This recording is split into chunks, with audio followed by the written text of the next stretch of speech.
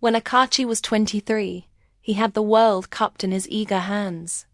A brilliant law student in Lagos, with a laugh that drew people in and ambition that burned bright. He felt invincible. Then Adana told him she was pregnant. He remembered the panic, cold and metallic, flooding his mouth. A child would tether his soaring dreams to the ground. He rejected it and her, with a cruelty that surprised even himself. He called her a trickster, accused her of entrapment, and told her he never wanted to see her again.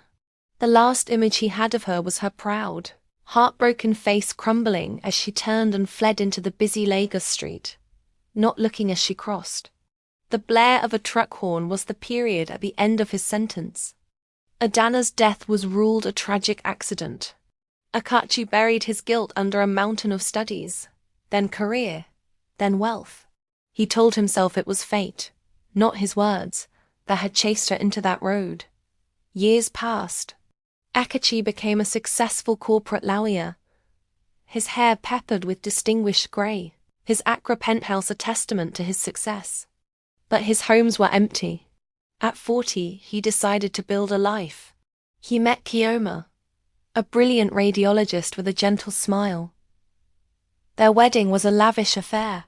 3 months later, Kioma succumbed to a sudden, catastrophic illness no doctor could explain. A tragedy, everyone said. Akachi grieved, then reasoned it was a horrible coincidence. At 43, he married Zainab, a vibrant entrepreneur. She died in a freak home accident, a fall down a single flight of stairs less than a year later. A cold dread began to seed in Akachi's soul. At 45, he married third wife Eba. She drowned in their swimming pool, a confident swimmer who simply sank. By now, whispers followed him. The cursed widower, they called him. Desperate to defy the pattern, at 48, Akachi married his fourth wife, Femileo. Her death was the most shocking. An undiagnosed heart condition that stopped her heart in her sleep. As he stood at her graveside, the truth crashed over him. This was no coincidence. This was a pattern, a sentence. He abandoned his practice, his wealth, his city life.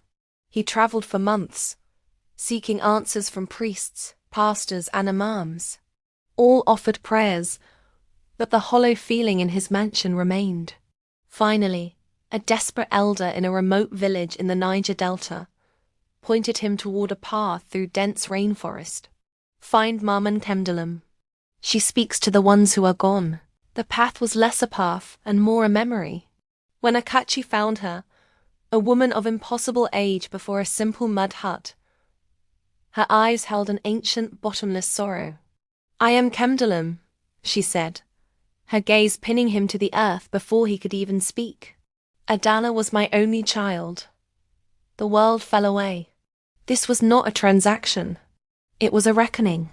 He fell to his knees, the carefully constructed man he had been for 25 years shattering into dust.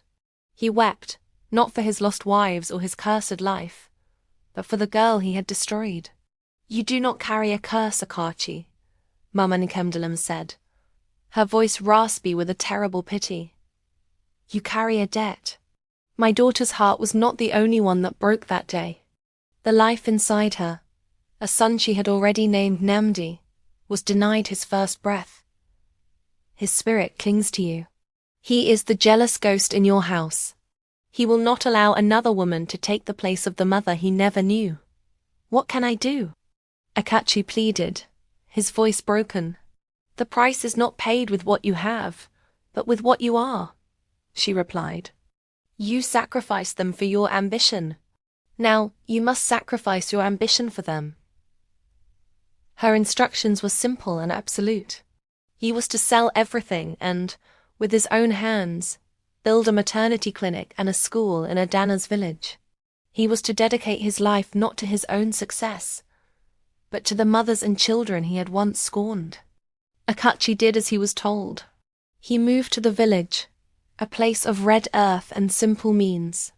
His hands, once soft, bled as he mixed cement and laid bricks. The villagers' suspicions slowly turned to respect. He found a purpose not in acquisition, but in service.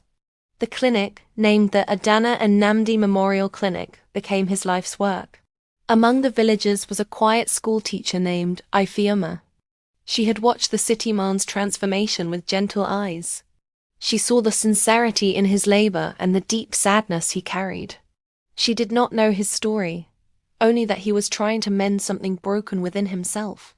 They began to speak, first about the school, then about their lives. In her, Akachi found not a prize to be won, but a partner to be cherished. Years after the clinic was built, on a quiet evening, Akachi felt a gentle breeze, a presence he had not felt in decades. The cold spot in his soul, the one that had been there for 30 years, was finally, blessedly warm. He knew the debt was paid. The spirits of Adana and Namdi were at peace. He proposed to Ifeoma not with a diamond ring, but with a simple, heartfelt promise to honor her, to protect her, and to build a life of shared purpose. Their wedding was not a lavish affair, but a small village celebration filled with genuine joy. Akachi's 5th marriage did not end in tragedy. It flourished. They had 2 children, a son and a daughter, who grew up playing in the halls of the school their father built. Akachi had found his redemption, not just in serving the memory of the family he lost, but in finally becoming the husband and father he was always meant to be.